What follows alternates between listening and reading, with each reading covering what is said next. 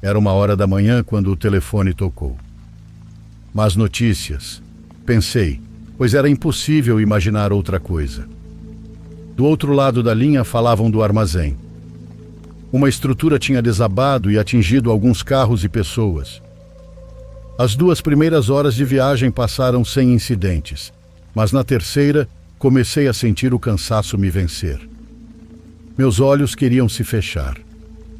Dei um longo gole em uma garrafa d'água e abri a janela, esperando que o ar frio me despertasse. Foi uma solução que durou menos de 1 minuto. Logo comecei a sentir frio e as pálpebras pesadas. Não quis arriscar, então encostei o carro no acostamento para estacionar. Meu irmão já dormia profundamente. Tentei acordá-lo para ver se poderíamos trocar de lugar, mas ele mal conseguia abrir os olhos. Quanto tempo seria suficiente? 1 hora? Pensava nisso enquanto reclinava o banco e tentava dormir. Estranhamente, não conseguia adormecer de imediato. Fiquei uns 5 minutos rolando nos pensamentos, até que de repente o sono bateu. Os bancos eram desconfortáveis, e por isso meu sono era leve. Acho que estava entre acordado e dormindo quando uma preocupação me atravessou a mente. Eram cerca de 3h30 da manhã e estávamos em uma estrada deserta. E se alguém resolvesse se aproximar de nós? Abri os olhos sobressaltado com essa simples ideia e o que vi me gelou o sangue. Do outro lado do vidro da janela me encarava uma outra pessoa que parecia estar me observando há muito tempo. Levantei assustado. Primeiro pensei que fosse um policial, depois alguém que parou para verificar se estávamos bem. Mas o rosto não se movia, continuava apenas a me olhar fixamente. Levantei o corpo do assento e tentei me comunicar por gestos, mas a pessoa não reagia, apenas seguia meus movimentos com o olhar. Estava prestes a abaixar o vidro, só um pouco, quando percebi algo estranho. Aquela cabeça não tinha corpo. Ela se mantinha suspensa a uma mesma altura do chão e se movia levemente quando eu me inclinava para o volante. O pavor tomou conta de mim. Quis acordar meu irmão, mas não me atrevia a falar, gritar ou tocá-lo. Apenas olhava, sem conseguir tirar os olhos daquela cabeça flutuante que agora nos observava de frente, não muito perto, mas perto o bastante. Com as mãos tremendo, tentei girar a chave na ignição para ligar a caminhonete e sair dali o mais rápido possível. Estava muito nervoso que acabei derrubando as chaves. Se eu estivesse calmo, talvez as pegasse de imediato. Me abaixei, tentando alcançá-las sem perder aquela coisa de vista. Por fim consegui. Quando estava prestes a ligar o motor, ouvi um golpe forte do lado do meu irmão. Algo havia batido com violência na janela. Eram 2 mãos soltas, sem corpo como a cabeça. O barulho foi suficiente para acordar o Mateus. Ele viu as mãos e também viu o resto. De dentro do mato começaram a sair mais braços, mãos e dedos, esticando-se até o carro. Quando consegui, pisei fundo no acelerador. As rodas derraparam na terra antes de eu zarpar dali. A caminhonete deu um tranco e voltamos à estrada. Não sei quanto tempo dormi, mas foi o bastante. O medo havia me arrancado o sono pelos cabelos e não precisei fazer nenhuma parada até chegarmos a Manaus. Desde então, sempre que dirijo à noite, lembro-me do que vi, e para mim até hoje continua sendo algo difícil de acreditar. Nunca pensei que presenciaria algo dessa magnitude.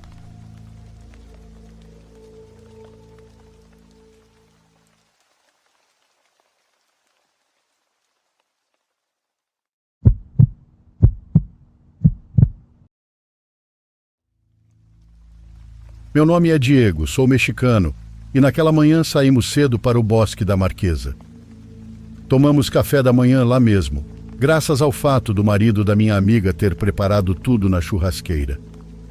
Jogamos futebol, fizemos algumas dinâmicas e brincamos com um cachorro, jogando galhos para ele buscar. Pensávamos em voltar antes das 4, mas a caminhonete apresentou uma falha. Fomos até a entrada do parque para ver se por acaso alguém sabia de mecânica e poderia nos ajudar. Ninguém sabia. De fato, como já estavam prestes a fechar, nos pediram que tirássemos a caminhonete do parque para permitir que fechassem os portões da entrada.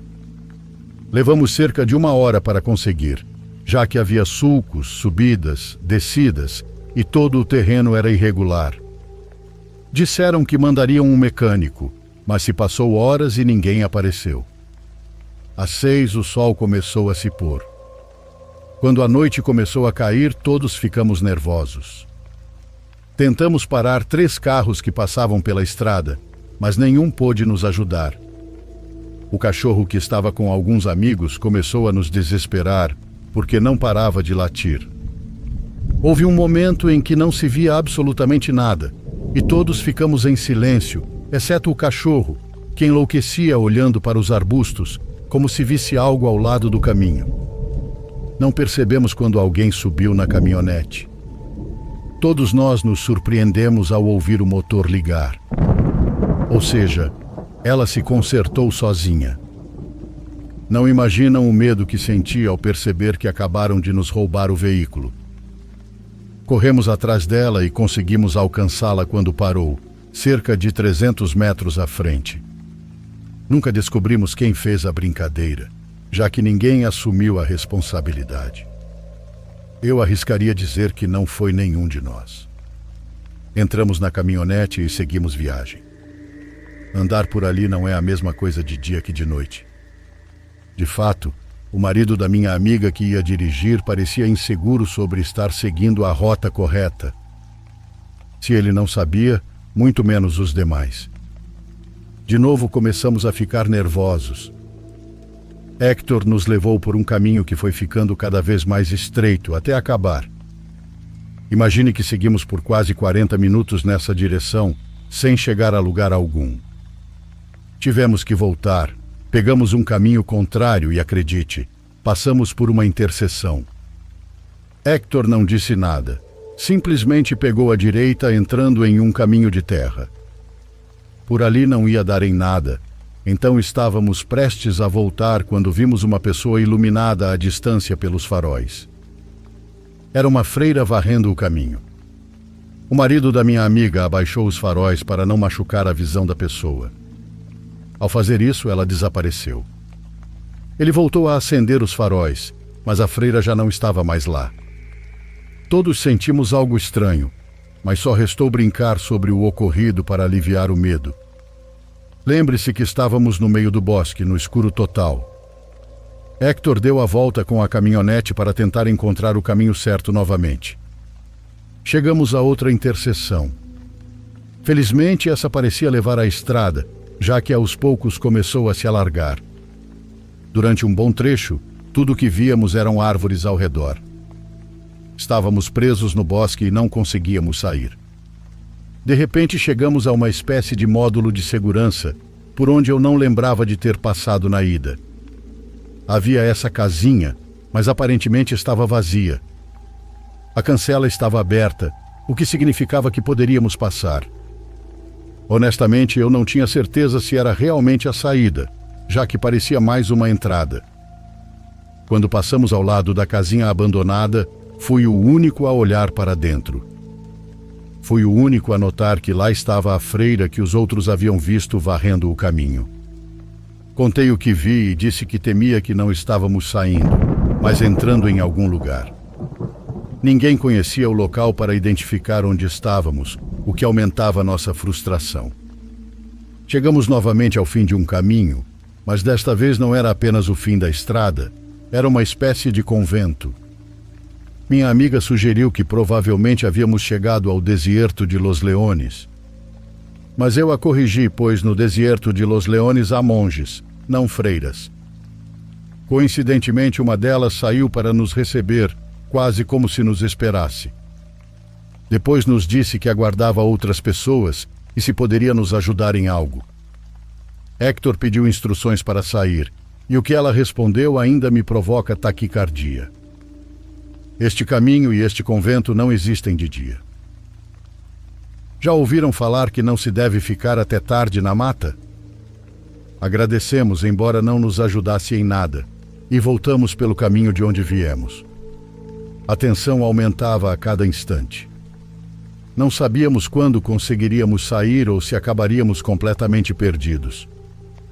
Não eram nem 11 da noite, e a cada trecho encontrávamos freiras, seja no meio do caminho ou à beira dele. Minha amiga disse ter visto uma em uma árvore, como se estivesse em um posto de vigilância. De repente parecia que já havíamos saído, mas não. Inexplicavelmente voltamos ao convento. Pensamos: e se esperarmos até amanhecer? Parecia uma boa ideia, mas a menos que todos conseguissem dormir sentados, seria impossível descansar. Surpreendentemente, conseguimos nos acomodar e por um momento até o cachorro parou de ofegar. Um golpe nos assustou e nos acordou, mas não vimos quem poderia ter sido. À distância, em um espaço entre a copa de duas árvores iluminado pela lua, estava uma das freiras, ou a mesma. Tinha uma vassoura, mas não estava varrendo. Cada vez que nos cruzávamos com uma delas, o cachorro enlouquecia. Nos mudamos para outro local, onde também não passavam carros nem pessoas. Ficamos horas ali, que me pareceram uma eternidade. Além disso, ninguém conseguiu sinal no celular, então não houve chamadas nem localização pelo mapa. Quando amanheceu, Hector ligou a caminhonete ao ver um senhor caminhando à beira do caminho. Perguntou como poderíamos chegar à estrada livre para a cidade do México. O marido da minha amiga contou que havíamos passado a noite na caminhonete porque nos perdemos. O senhor imediatamente nos perguntou se havíamos visto bruxas. Não vimos bruxas, mas algumas freiras, sim. Por isso digo bruxas. Se não me acreditam, olhem o tronco, disse o velho. Todos tínhamos marcas que pareciam mordidas, e até aquele momento ninguém havia percebido. Não há bebês com vocês, certo? Perguntou. Não, nenhum, respondemos. Que bom, porque as bruxas levam os bebês. Ele continuou. Minha amiga não quis nos contar antes porque sentiu que ainda era cedo, mas ela já estava grávida quando fomos à Marquesa. Uma semana depois, nos avisou que algo estranho havia acontecido e que não conseguia parar de pensar no que ocorreu na estrada e no bosque. Confessou que descobriu que estava grávida quase um mês antes, mas não contou até que a gestação começasse a aparecer. Depois da Marquesa, algo aconteceu.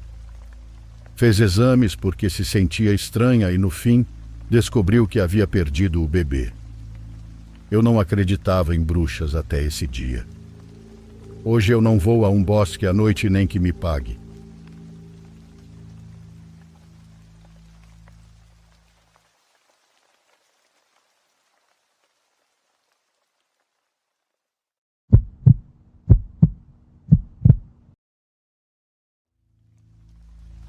Em 2017, visitei Poconé, no Mato Grosso, pela última vez. Eu costumava ir com frequência, sempre acompanhando minha esposa para ver a família dela. Mas naquele mesmo ano os pais dela faleceram e então já não havia mais motivo para voltarmos lá. Na última visita, fomos apenas para buscar algumas coisas. Como eu disse, já não havia nada a fazer naquele lugar. Então acabamos perdendo tempo durante o dia e a noite nos alcançou na estrada. Por causa do trabalho não podíamos adiar a viagem. Então, enquanto o céu escurecia, nós ainda estávamos saindo da nossa cidade. O trajeto normalmente não leva mais de 3 horas, então é uma viagem rápida. Assim que pegamos a rodovia, Diana reclinou o assento e se ajeitou para dormir um pouco. Cerca de 1 hora depois, precisei desviar de um pneu jogado no meio da pista e virei o volante bruscamente. A caminhonete sacudiu e Diana acordou porque bateu a cabeça contra o vidro. Lembro que começamos a discutir no mesmo instante. Ela dizia que eu não tinha consideração e que eu devia dirigir com mais cuidado. Mas ela não parecia entender o risco real de bater a 100 por hora contra um pneu.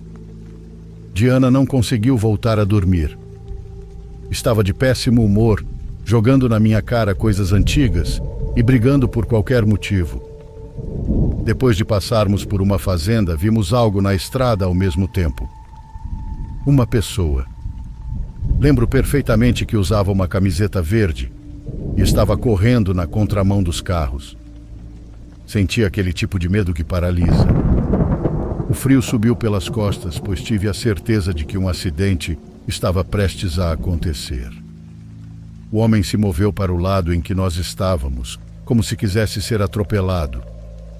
Tudo aconteceu em questão de segundos. Estávamos a quase 80 por hora naquela parte reta. Você acha fácil frear a essa velocidade? Desviar de alguém que parece querer morrer? Não sei o que passou pela cabeça de Diana, mas ela puxou o freio de mão sem me avisar. No exato momento em que virei o volante para desviar do sujeito, senti o carro derrapar. As rodas travaram e a caminhonete começou a girar descontrolada. Eu apenas segurei firme, prendi a respiração e esperei o impacto. Mas em vez de bater contra o muro de contenção, fomos parar no acostamento. Por sorte, não capotamos. Acho que o ângulo em que batemos na mureta fez o carro deslizar reto por uns 50 metros. Poderia dizer que a culpa foi dela por puxar o freio, mas meu irmão depois disse que foi justamente isso que nos salvou. O homem correndo no meio da estrada, esse sim seria o verdadeiro culpado se algo pior tivesse acontecido. Ficamos em silêncio. Os maxilares e os braços doíam e a cabeça latejava. Provavelmente nos batemos sem perceber. Saí do carro para respirar e tentar me acalmar. Diana saiu logo depois e vomitou no acostamento. Não sei porquê, mas falei em voz alta só para ter certeza. Eu tô vivo? E logo depois, sim, tô viva. Do outro lado da caminhonete, minha esposa começou a rir. Acho que de nervoso, porque ela também achou que aquela noite seria nossa última. Já estávamos começando a nos acalmar, quando a risada dela foi acompanhada por uma gargalhada distante, vinda da escuridão atrás de nós, lá do trecho da estrada onde tudo aconteceu. O fato de quase termos morrido me fez esquecer completamente da presença, ou até da existência daquele homem. De repente me deu vontade de correr até ele e fazê-lo entender, nem que fosse na marra, que quase causou uma tragédia. Mas Diana me segurou e pediu para deixar para lá. Pelas risadas perturbadoras que ecoavam, era evidente que não se tratava de alguém em pleno juízo. Dei uma volta ao redor do carro para verificar os danos. As duas portas do lado oposto estavam amassadas e arranhadas, mas o resto parecia intacto. Nenhuma luz acendeu no painel, então achei prudente esperar uns minutos e depois seguir viagem. Uns 15 minutos adiante, chegamos a uma lanchonete. Contei à atendente o que tinha acontecido, que havia uma pessoa aparentemente transtornada correndo no meio da pista e que por causa dela quase sofremos um acidente grave. A mulher fez o sinal da cruz e disse: "Então hoje vai ter acidente." Fiquei sem entender. Respondi: "Mas não dá para fazer nada? Chamar a polícia?" Ela balançou a cabeça e disse que não, e completou: "A pessoa que vocês viram, ela não causa os acidentes. Ela avisa que vai haver um..." "Avisa?" Perguntei sem acreditar. Juro que até aquele momento eu ainda não tinha entendido o que realmente aconteceu naquela estrada. Nem Diana. Mas ela me disse depois que já tinha pensado nessa possibilidade. O que vimos naquela noite foi uma aparição. A funcionária contou que naquela mesma parte da estrada os acidentes aconteciam com frequência. Motoristas descreviam sempre um homem com camiseta verde correndo na contramão. Os caminhoneiros mais antigos já sabiam desviar, porque afinal era um fantasma. Durante as obras de modernização da rodovia, aquele homem havia morrido. Diziam que era um dos trabalhadores. Ninguém soube ao certo como, nem quando desapareceu. A última vez que o viram foi no dia em que colocaram o asfalto. Na manhã seguinte, quando foram inspecionar o trecho, encontraram o corpo dele atropelado e jogado no mato. A mulher ainda contava essa história quando outro cliente chegou atrás de nós. Ela apontou adiante e disse: "Passem ali." No final, havia uma pequena cruz com um nome e uma foto coberta por uma faixa de tecido assinada por uma pessoa. Diana prestou muito mais atenção do que eu, mas de qualquer forma seguimos tremendo até a casa dos meus sogros. Não havia ninguém lá, então nem demoramos. Em menos de uma hora já estávamos voltando para casa. Ao passar novamente perto do local, vimos do outro lado da estrada uma ambulância e um Gol branco partido ao meio. O motorista não morreu e estava bêbado. De qualquer forma, tudo aconteceu como aquela moça nos disse. Até hoje me arrepia se lembrar disso.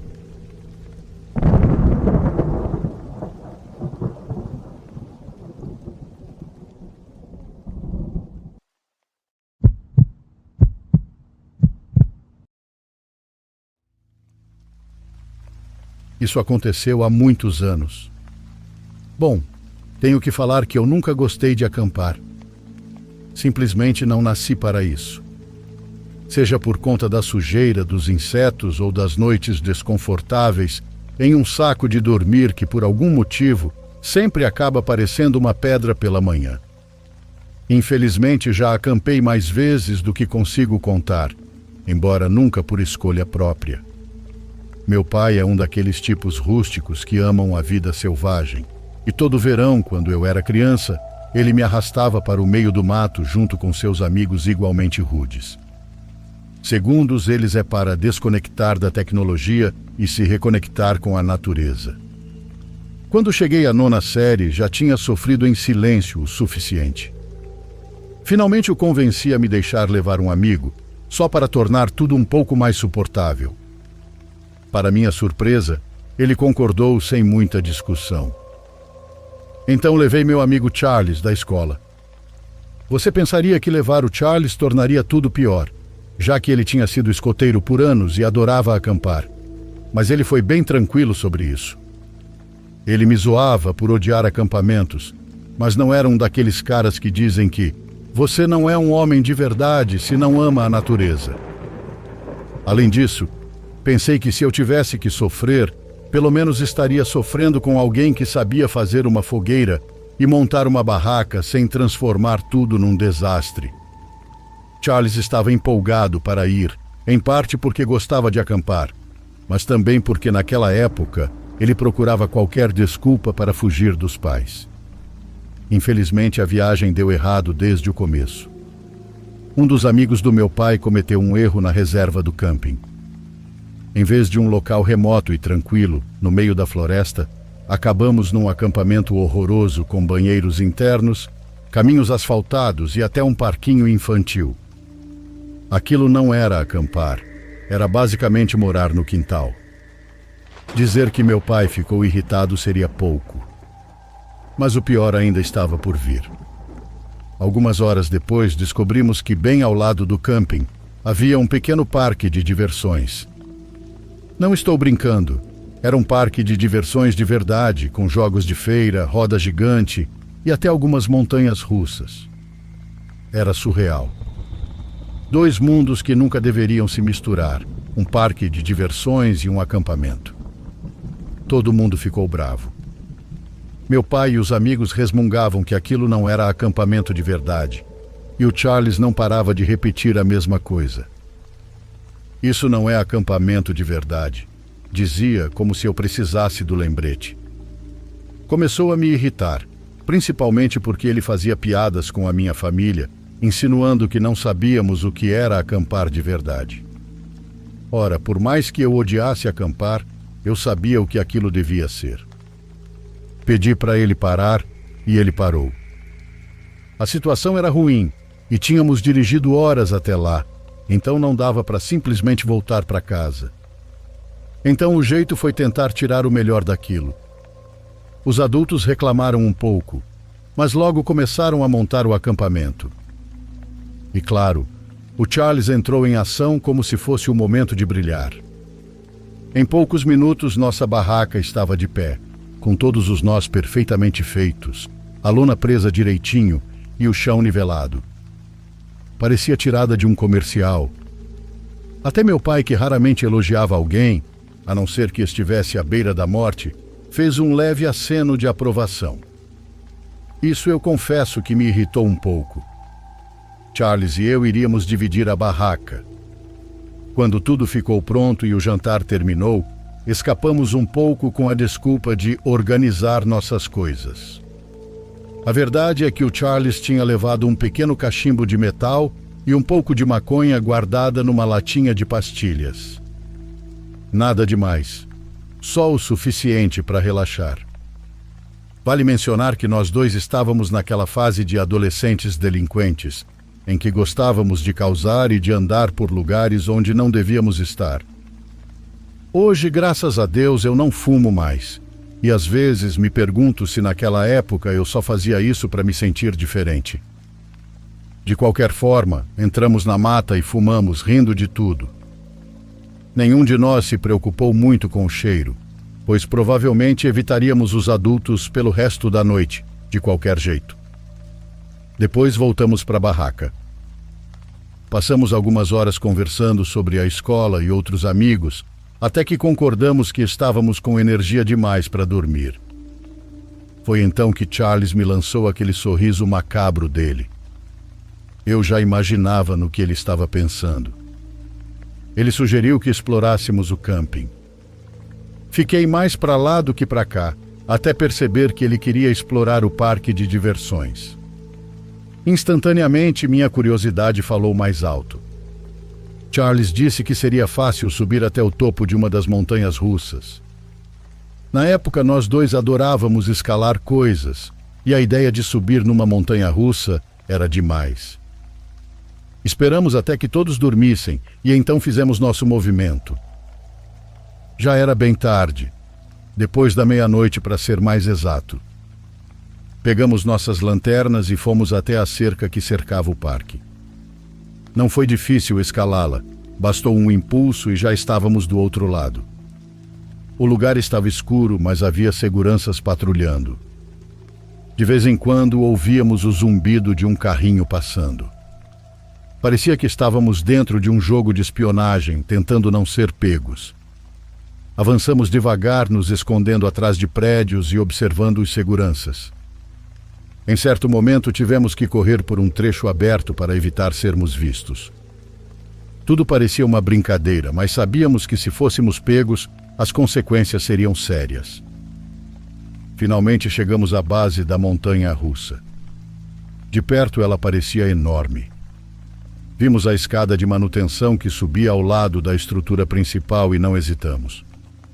Os degraus de metal faziam um som suave sob nossos pés enquanto subíamos, um passo de cada vez, tentando não fazer barulho. Em alguns trechos não havia corrimão, o que era assustador. Quando chegamos ao topo, a vista era incrível. Conseguíamos ver todo o parque abaixo de nós. Tiramos uma única foto lá em cima, a mesma que você pode ver aqui. Eu gostaria de ter tirado mais, mas estávamos com medo de chamar atenção. Se alguém nos visse, não haveria tempo de fugir. Depois de alguns minutos, decidimos que já tínhamos arriscado o suficiente e começamos a descer. Quando chegamos ao chão, começamos a voltar pelo mesmo caminho. Por algum motivo, o retorno parecia mais rápido. Talvez as rondas estivessem mais leves àquela hora, não sei. Estávamos a uns 5 minutos da cerca quando tivemos que parar. Um segurança estava se aproximando em um carrinho, então nos abaixamos atrás de uma lanchonete e esperamos. Foi aí que percebi algo se movendo no escuro. No início, achei que tinha imaginado. Talvez fosse uma sombra das luzes do carrinho refletindo em algum lugar. Mas então Charles tocou meu braço e apontou para o mesmo ponto. Fixei o olhar e vi. A uns 10 metros de distância, entre 2 prédios, havia uma pessoa agachada exatamente como nós, como se também estivesse se escondendo dos seguranças. Mas não parecia uma criança. O pior era que parecia estar olhando diretamente para nós.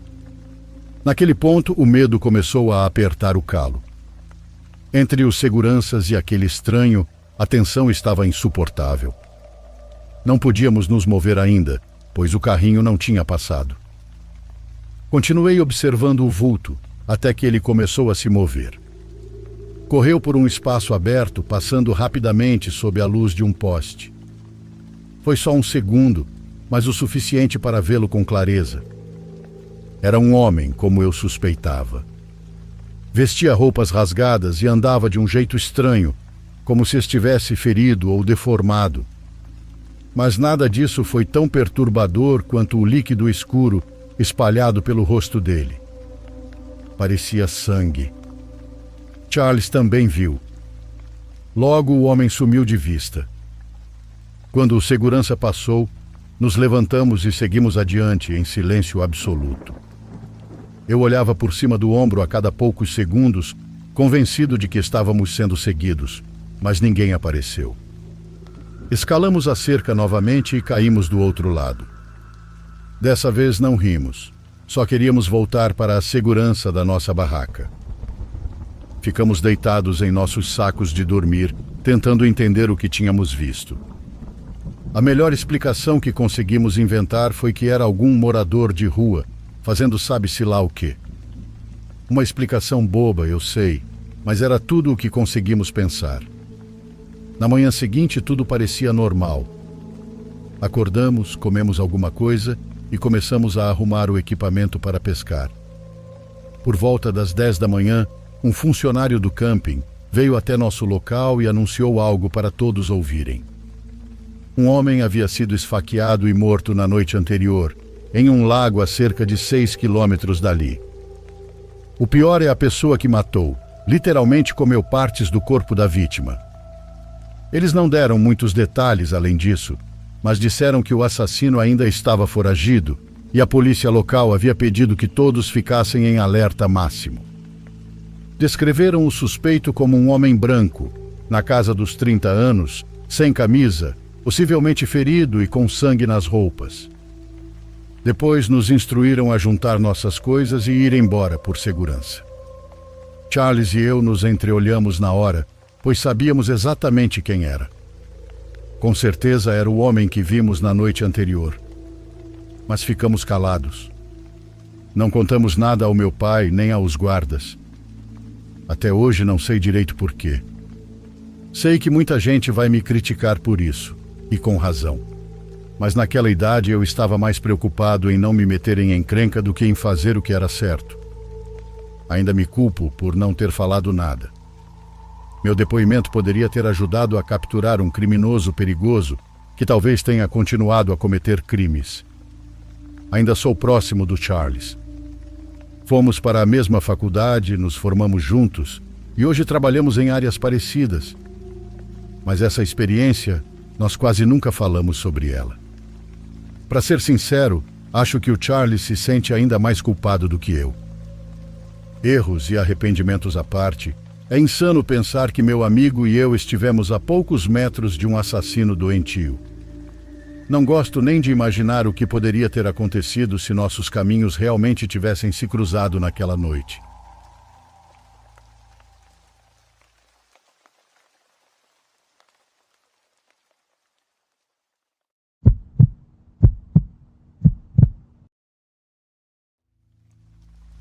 Essa não é uma história de terror comum, mas prometo que vale a pena ouvir.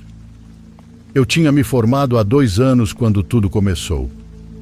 Tecnicamente, eu estava fazendo um curso de pós-graduação online na mesma universidade onde havia conseguido meu diploma, mas mesmo assim tinha muito tempo livre nas mãos. Naquela época da minha vida, eu vivia pulando de bico em bico, procurando qualquer tipo de trabalho que preenchesse as horas e me ajudasse a juntar um pouco de dinheiro. Digamos que o Indeed era o meu melhor amigo naqueles dias. Sinceramente, eu encontrava uns 90% das minhas oportunidades só naquele site. Eu já estava cansado de fazer entregas pelos mesmos 6 bairros por um salário mínimo, então decidi que era hora de mudar o ritmo. Enquanto navegava pelo Indeed mais tarde naquela noite, me deparei com algo curioso. Era um trabalho particular de salva-vidas em um hotel a algumas cidades de distância. Eu sei que isso não parece nada demais, mas havia alguns detalhes estranhos naquele anúncio que me deixaram intrigado. Primeiro de tudo, o horário era completamente fora do comum. Não era o horário típico de funcionamento de uma piscina. Você esperaria que uma piscina de hotel abrisse de manhã e fechasse à noite, certo? Mas esse emprego era o oposto disso. Eles queriam alguém para operar e supervisionar a piscina das 5 da tarde até 1 da manhã durante a semana. Basicamente um turno noturno de salva-vidas. Mas isso nem era o mais estranho. Entre os requisitos, o anúncio pedia explicitamente uma pessoa que não falasse espanhol. Repito, eles queriam alguém que não falasse espanhol. Aqui estava o problema, pois eu falo espanhol desde criança, já que sou meio mexicano. E a cidade onde o hotel ficava era predominantemente habitada por pessoas que falam espanhol. Então aquele requisito não fazia sentido algum para mim. Na verdade, nada naquele anúncio fazia sentido. Lembro que fiquei completamente intrigado lendo aquilo. Por outro lado, havia um detalhe que me deixava bem animado: o salário. $30 por hora, o que hoje, ajustando pela inflação, seria tipo uns 50. Não sei se esse cálculo é exato, mas a questão é que $30 por hora, naquela época, era como tropeçar e bater o pé num lingote de ouro. Dá para dizer que ignorei todas as outras esquisitices e foquei apenas no din-din. Decidi que iria fingir que não sabia espanhol. O que eles poderiam fazer, afinal? O emprego devia ser novo ou estar com pouca procura, porque me chamaram para uma entrevista em poucas horas. Avançando para o primeiro dia, cheguei ao hotel e tudo parecia exatamente como se esperaria. Um sujeito baixinho, de aparência latina, veio me receber. Trocamos informações e demos umas risadas. Ele era simpático e até engraçado, o que me deixou um pouco mais tranquilo. Enquanto caminhávamos para dentro do complexo, outro homem mais alto virou a esquina e começou a me encarar fixamente. Percebi na hora que estava sendo avaliado e comecei a me perguntar se aquele primeiro cara simpático não era só uma forma de me fazer baixar a guarda. O sujeito alto veio direto até mim e começou a falar em espanhol. Não sorriu, não deu oi, nem apertou minha mão. Nada. Eu entendi tudo o que ele dizia, mas mantive uma expressão neutra, como se não compreendesse uma palavra. Ele estava falando de coisas banais, sobre o tempo, e nada que valesse lembrar. Depois de alguns segundos, virei para o primeiro cara que olhou para o mais alto, e então os dois caíram na risada, como se tivessem acabado de pregar uma peça em mim. O homem alto finalmente sorriu, estendeu a mão e disse que estava só brincando comigo. Entrei na onda, mas confesso que achei tudo meio estranho. Ele se apresentou como Gessé e o mais baixo como Esteban. Os três fomos andando pelo complexo até a piscina, e o mais alto, claramente o chefe ali, começou a me explicar o trabalho. Segundo ele, o hotel queria aumentar a receita e começaria a cobrar de não hóspedes para usar a piscina. Eu nem sabia se isso era legal, mas não estava em posição de reclamar. Eles disseram que queriam alguém que não falasse espanhol para evitar que pessoas problemáticas tentassem me intimidar, algo que não entendi direito, mas aceitei. Minhas responsabilidades eram simples: ser salva-vidas, cobrar dos não hóspedes que quisessem entrar e ligar para o Gessé se houvesse qualquer problema. Ah, e tinha mais uma coisa. Se alguém mostrasse uma pulseira azul, eu deveria deixá-lo entrar no que eles chamavam de pool house, um grande prédio logo atrás do meu posto. Não fiz perguntas. A primeira semana foi tranquila. Na verdade, as primeiras várias semanas foram. Mais gente usava a piscina do que eu imaginava, então eu tinha trabalho o tempo todo. Cobrei as entradas, fiquei de olho e tudo estava normal. Ninguém tinha mostrado pulseira nenhuma até então. A primeira vez que alguém mostrou foi cerca de um mês depois. Num dia qualquer apareceu um homem hispânico, forte, usando óculos escuros e camisa branca. Ele não falava uma palavra de inglês. Mostrou a pulseira e eu destranquei a porta da Pool House. 1 hora depois ele saiu e foi embora. O prédio se trancava automaticamente, então eu não precisei fazer nada. Mas notei que a mochila dele estava bem mais cheia do que quando chegou. Depois disso, cada vez mais pessoas começaram a mostrar pulseiras. E muitas vinham em grupo. Mais gente de fora começou a usar a piscina também, e eu estava recolhendo muito mais dinheiro do que antes. Chegou um ponto em que percebi que estava recebendo dinheiro demais. As pessoas pagavam valores absurdos o tempo todo. Liguei para o Gessé e contei o que estava acontecendo. Ele respondeu que não era para me preocupar, que as pessoas se enganavam com troco o tempo todo. Dava para sentir que ele não queria continuar a conversa, porque desligou o telefone enquanto eu ainda falava. Foi nessa hora que a ficha caiu. Eu estava envolvido em algo ilegal. Meu cérebro começou a juntar as peças. A Pool House, aquele prédio atrás de mim, era claramente onde as coisas sujas aconteciam. Jogos ilegais, tráfico e coisas piores. O que quer que fosse, acontecia todos os dias ali, a poucos metros de mim, atrás de uma única porta trancada. As pessoas começaram a ficar mais simpáticas comigo, especialmente as que usavam as pulseiras. Começaram a me cumprimentar, a me chamar pelo nome, me dar gorjetas, apertos de mão e tapinhas nas costas. E com o tempo passaram a conversar perto de mim em espanhol. E bom, digamos que todas as minhas suspeitas se confirmaram. Apesar disso, os benefícios me deixavam mais confortável em ignorar o resto. E tecnicamente minhas mãos estavam limpas, já que eu só estava fazendo o meu trabalho. Uns dias depois, precisei realmente salvar uma criança que estava se afogando. Nada heróico demais, só um garoto que foi longe demais e não sabia nadar. Mas quando emergi com ele, todos aplaudiram de pé. Foi uma sensação única. No dia seguinte, o próprio Gessé apareceu para me agradecer pessoalmente. Disse que eu tinha salvado a vida dele, e só ali eu percebi que o menino era seu filho. No outro dia, quando cheguei para trabalhar, o Gessé, o Esteban e vários outros caras, alguns com as tais pulseiras, estavam me esperando no portão com taças de vinho. Foi um gesto bonito, mas a sensação boa não durou muito. Depois do brinde, um dos homens fez um discurso em espanhol. Não lembro palavra por palavra, mas foi algo nada agradável. Basicamente, ele brindava a todo o dinheiro que estavam ganhando e a todas as vidas que estavam destruindo, seja lá o que isso quisesse dizer. Todos riram e beberam. Foi nesse momento que percebi que eu tinha me tornado viciado em algo perverso. Nenhum salário ou gorjeta justificava eu continuar ali, mas lamentavelmente continuei. No dia seguinte, minha mãe me ligou enquanto eu estava no posto. Não vou entrar em detalhes, mas minha mãe, Deus a tenha, nunca ligava sem motivo sério, então atendi. Desci da cadeira e fui até um canto que achei mais reservado. Minha mãe só falava espanhol, então, claro, a conversa foi toda em espanhol. Não lembro bem do assunto, mas lembro perfeitamente do que veio depois.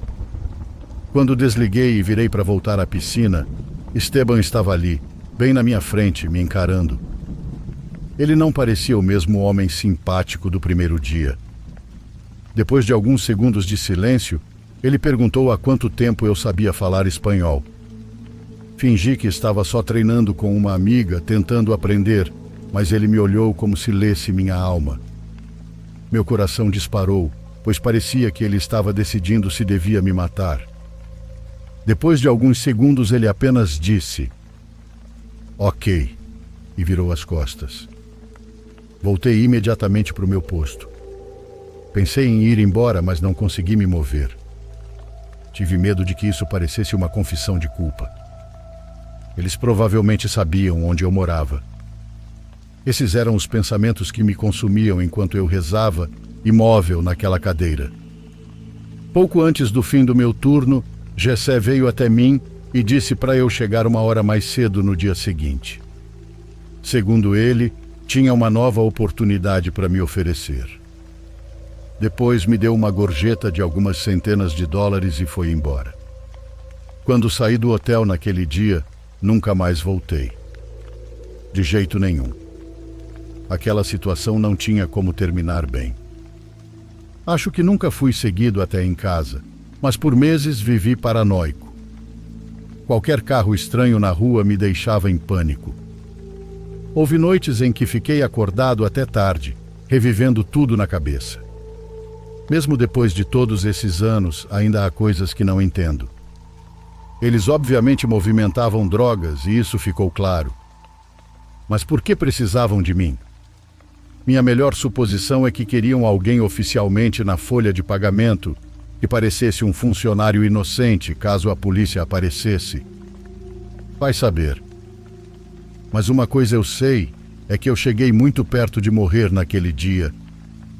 Pode parecer exagero, mas o jeito que Esteban me olhava mostrava que havia apenas uma coisa na cabeça dele naquele momento e não era coisa boa.